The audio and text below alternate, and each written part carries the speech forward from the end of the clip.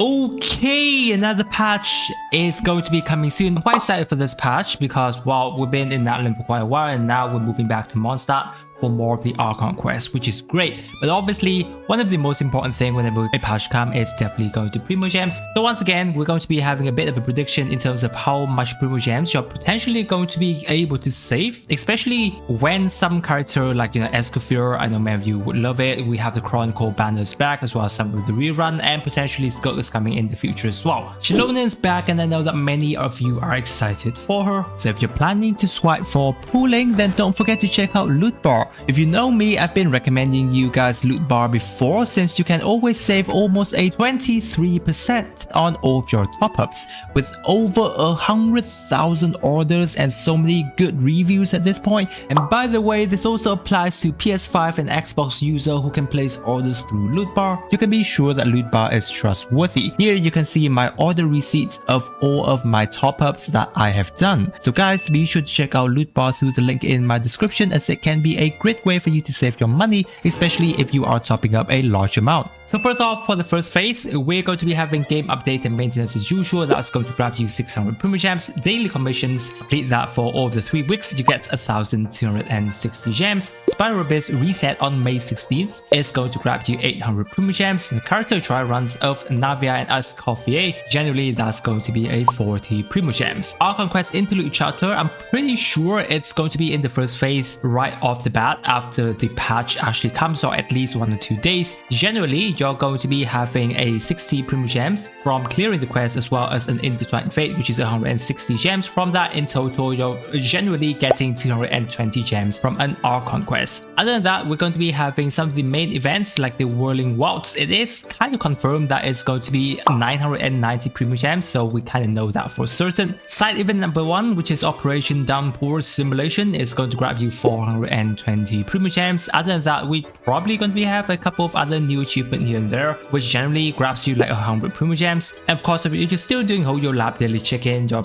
technically going to get around 80 Primogems as well. And so for the whole of the first phase in patch 5.6, we're looking at roughly 4,395 Primogems, which is roughly a 28 pools. Honestly, that is one of the lower side of Primogems that we're expected to get in a single patch. Now, it is technically more of a filler patch, but this is rather low, especially when Chronicle banner is kind of back. And moving on to the second phase, we have a daily commission as usual that gets you 1,260 Primogems. Imaginarium Theater getting back on June 1st is going to get you 800 Primogems, as well as the Spiral Abyss reset on June 16th is going to get you another 800 Primogems as well. There's going to be the Paimon Shop reset on June 1st, so generally you're going to get, 5 Intertwined Fate, convert that into Primogems, it's going to be 800 Primogems as well. Character try runs of Kinnish and Raiden is going to get you 40 Primos. Side event number 2 and number 3, which are Legend Ablaze Cross Border, as well as Chronicle of Shifting Stratagem. It is kind of confirmed that it's going to be 420 Primogems each, so in total you're getting 840 Primogems from the side events of the second phase. Last stream redemption code of patch 5.7 is going to be another 300 Primogems. There are going to be expected web events here and there. Usually it gets you around 150 Primogems at least. So adding everything together, for the second phase total, we're looking at around 5,130 Primogems. Therefore, in total for free-to-play player, we're kind of expected to get 9,525 Primogems, which is around a 60-ish pools. So generally, it's still not a guaranteed 5-star for you, which is,